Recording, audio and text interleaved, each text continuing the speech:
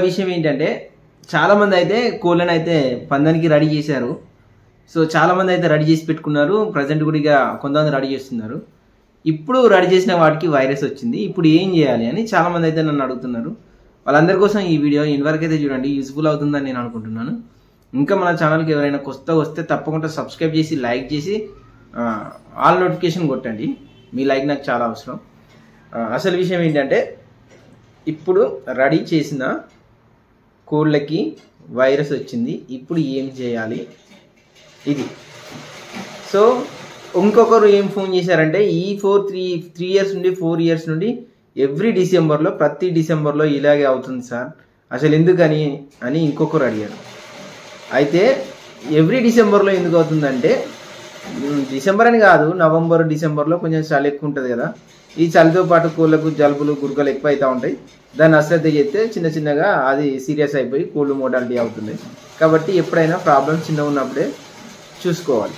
ఇంకొకటి ఏంటి అంటే ఇప్పుడు పందానికి రెడీ చేశారు, వాటికి వైరస్ వచ్చింది. ఇప్పుడు ఏం చేయాలని వాళ్ళు అడిగారు. అసలు విషయం ఏంటంటే వైరస్ వచ్చినప్పుడు ఎవరైనా సరే కోళ్ళు పెంచుకునే వాళ్ళు వైరస్ వచ్చినప్పుడు తప్పకుండా వాళ్ళు ఎంబడే వాళ్ళకి తెలిసిన ఫ్రెండ్స్ని కానీ లేదంటే డాక్టర్స్ని కానీ లేదంటే యూట్యూబర్ను కానీ కలుస్తూ ఉంటారు. ఎందుకంటే ఆ కోడి రికవర్ అవ్వాలి కదా. అందుకోసం అందరిని హాస్పిటల్ తీసుకెళ్ళమా, లేకపోతే ఇంకా పెద్ద రైతు అయితే ఫార్మర్ అయితే వాళ్ళు డైరెక్ట్ డాక్టర్ని షెడ్ గాడి తీసుకురావడమా, లేకపోతే కోడిని హాస్పిటల్ తీసుకోవడమా, లేకపోతే యూట్యూబర్లో కాల్ చేయడం, తెలిసిన వాళ్ళకి కాల్ చేయడం, ఏదో ఒక రకంగా వాళ్ళ కోళ్ళను వాళ్ళు బాగు చేసుకునే ప్రయత్నం చేస్తారు. ఈ ప్రయత్నంలో చాలామంది ఏం చేస్తారంటే అది తగ్గాలి అంటే వైరస్ తగ్గాలంటే కానీ దానికి వచ్చిన జలుబు కానీ దానికి వచ్చిన గురక కానీ దానికి వచ్చిన వైరస్ ఏదైనా ఒకటి తగ్గాలంటే వాళ్ళు ఏం చేస్తారంటే చాలామంది ఎవరైనా ఒక యాంటీబయాటిక్ వాడాలని చెప్తారు. కొన్ని బి కాంప్లెక్స్లు బలం మందులు కొన్ని యాంటీబయాటిక్లు ఇస్తూ ఉంటారు. ఈ యాంటీబయాటిక్లు వేయడం వల్ల ఏమవుతుందంటే కోళ్ళు కంపల్సరీ అయితే కొంచెం రికవర్ అవుతాయి. అంటే వైరస్ నుండి కాదు కానీ దానికి ఉన్న ప్రాబ్లం నుండి అయితే రికవర్ అవుతాయి. ఇక వైరస్ నుండి కూడా కొంచెం రికవర్ అవుతాయి, ప్లస్ దానికి వచ్చిన రోగం నుండి కూడా రికవర్ అవుతాయి. రికవర్ అయిన తర్వాత అది రికవర్ అయిందని అనుకుంటారు, కానీ అప్పటి వరకు రికవర్ అవుతుంది. కానీ దానికి ఇచ్చిన యాంటీబయాటిక్స్ మళ్ళీ ఒక్కరోజు కాదు, ఒక 4 రోజులు 5 రోజులు యాంటీబయాటిక్ ఇస్తారు. యాంటీబయాటిక్ ఇవ్వడం వల్ల ఏమవుతుందంటే దాని రోగం అయితే తగ్గుతుంది.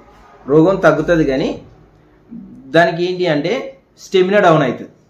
దాని స్టెమినా డౌన్ అయిందంటే ఇంకా దాని ఎంబడే ఇప్పుడు సంక్రాంతి అంటే ఇంకా ఎన్ని రోజులు ఉంది, ఇంకా 10 డేస్ కూడా లేదు. 10 డేస్ ఉంది, ఎగ్జాక్ట్లీ 10 డేస్ ఉంది. ఈ 10 డేస్లో అది మొత్తం వీక్ అయిపోతుంది. ఎందుకంటే యాంటీబయాటిక్ ఇచ్చాం కాబట్టి. యాంటీబయాటిక్ ఇచ్చినప్పుడు బాడీ వీక్ అవుతుంది కాబట్టి దాన్ని తీసుకొని మీరు పందెంలో కనుక వేస్తే అప్పుడు ఏమవుతుంది అంటే అది ఎగరలేదు, తన్నలేదు, గెలవలేదు. ఎందుకంటే మీరు ఒక్కొక్కరు వేల నుండి స్టార్ట్ చేస్తే లక్షల వరకు జరుగుతున్నాయి పందెాలు. మీరు అంత కాస్ట్ పెట్టి అక్కడ పందెం వేసేటప్పుడు ఈ కూడి అక్కడ తన్నలేదు అనుకోండి, అలాంటప్పుడు మీరు నష్టపోతుంది కదా. అందుకోసం నేను చెప్పేది ఏంటంటే మీరు రేపు ఎవరైనా సరే బరిలో దించేటప్పుడు కంపల్సరీ దానికి ఇంతకుముందు ఒక 10 డేస్ 15 డేస్ ముందు ఏమైనా యాంటీబయాటిక్ ఇచ్చారా, లేదా దానికి ఏమైనా ఇంజెక్షన్ ఇచ్చారా, ఏమైనా వ్యాక్సిన్ ఇచ్చారా, ఏమైనా యాంటీబయాటిక్ ఇచ్చారా అనేది కంపల్సరీ మీరు ఐడెంటిఫై చేయండి, గుర్తుపెట్టుకోండి. అలా చేయడం వల్ల ఏమవుతుందంటే దాన్ని పక్కకు పెట్టండి. దానికి ఏదైనా యాంటీబయాటిక్ ఇచ్చినా, దానికి ఏమైనా ఇంజెక్షన్ ఇచ్చినా, ఏమైనా వ్యాక్సిన్ ఇచ్చినా కూడా దాన్ని పక్కన పెట్టండి. దాన్ని పక్కన పెట్టి వేరే ఏదైతే యాంటీబయాటిక్ వేయకుండా హెల్తీగా వైరస్ రాకుండా ఉన్నాయో దాన్ని మాత్రమే వేయండి. అలా వేయడం వల్ల ఏమవుతుందంటే మీది అక్కడ కొంచెం ఎగురగలుగుతుంది, ఫైట్ చేయగలుగుతుంది, గెలిచే అవకాశాలు ఉంటాయి. ఈ వైరస్ వచ్చిన దాన్ని యాంటీబయాటిక్ వచ్చిన దాన్ని తీసుకొని అక్కడ పెట్టారనుకోండి, సో అది వీక్ మనకు యాక్టివ్గానే కనిపిస్తుంది కానీ లోపల దాని బాడీ సహకరించదు. కాబట్టి ఎవ్వరు కూడా నష్టపోద్దని ఈ వీడియో చేస్తున్నాను. నాకు 2 డేస్ నుండి చాలా కాల్స్ వస్తున్నాయి. ఎందుకంటే పందానికి కోడి రెడీ చేసాము, బట్ దానికి ఇప్పుడు వైరస్ వచ్చింది, ఇప్పుడు ఏం చేయాలని.